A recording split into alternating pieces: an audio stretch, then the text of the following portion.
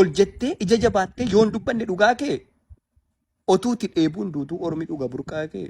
Fuulli kuni ekstenderiitiin darbaa tureera. Ekstenderiitiin sheer ta'aa tureera waan ta'eef iPhone 13. Gaafa si gorsuu fedhu obsa jiruuf jireenya. Baraa fi murtutteeyyuu gad jedhanii dabarsu jedha mammaaksi keenya. Ayyee gad jedhanii dabarsuun gaariidha xiqqaa ta'aa guddatu. Garuu hanga yoomiitti kan jedhu mammaaksichi hin dubbatu. Kan hubattan jiraannan natti maakaayya jamaa baraan murtuttee jalaa hanga yoom gad jedhama. Hanga namummaa baatee abdiidhaan ma seentutti. Hanga akka horii dallaa bayi jennaan gabbaatee seeni jennaan seentutti. Hanga hunduu faallaa ta'ee bishaan gara yaa'utti hanga abbaan arge dhufee sirratti fincaa'utti. Hanga offaa taatutti abdii fixxee lapheerraa. Moo hanga duutee baddee godaantutti dacheerraa. Ol jettee ija jabaattee yoon dubbanne dhugaa kee otuuti dheebuun duutuu ormi dhuga burqaa kee. Yeroon inuma deema barri inuma darba garuu mata ol qabatanii jiraachuun oo kan abbaa.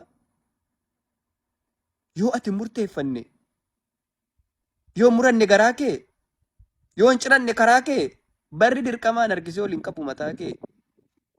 Yaashee tokko natti qabuutti afur ofiif qabattu nagaa koonsiif dhiyeessaa akkam jirta amattu silaa baaltiif qaaruu si nyaata arrabni kee dhumdhuma boojjitoo luqqifattee bukeessuu feetu hundumaa. Qullaa koo gabaa baasuuf muka 50 qortaa utuu baaja kee dhiiftee uubaja kootii qortaa takka waa'ee jilba koo takka immoo waa'ee dugda anumaan ciree nyaatta anumaan buna dugda otuu utiin kufee jettee salphina koo lallabdu ani fagoo ga'eera abjuunuu nan qaqqabdu jedhan hojiirran jira yeroo gaarii qabaadhu andeemsa koon jabaadha ato duukee jabaadhu. Yeroo darbe torban darbe jechuudha. Akkuma namaa iPhone 13 Pro Max bitadhe. Sana booda birrii kotti dhangalaasee bitadhe.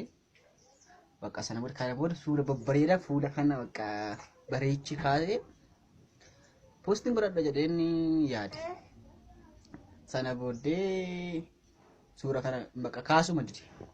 Maal jennaan kaasuu dide bakka sana booda. Sana booda maal jedhu iPhone Pro Max nikko wantoota extender darbaa ture fudhatu. Extenderii sin fudhatu bilbila Android irraa jedhu. Kanaaf maal jennaan fuulli kuni extenderiitiin darbaa tureera. Extenderiitiin sheer ta'aa tureera waan ta'eef iPhone 13 Pro Max immoo Android faana sheeriin beeku. Kanaaf bakka suuraan ka'een dhiisina jedha. Nan gurgure ka. Deebiseen bakka kasariin gurgure. Ciao ciao iPhone Max. Kanaaf hin qabadhu bakka nan tamachoo bakka iPhone 13 Pro Max. Fuula kana nan gataari hin gatu. Kanaaf hin gatu nan tamachoo bakka. Dhageessa na dhooftus gufuu mismaarri kan koon gudunfamu nyaarri. Tulluun daandii natti cufu beeka bulee akka inni kufu ganna dhiibu oluman baa na kuffiisu inuman ka.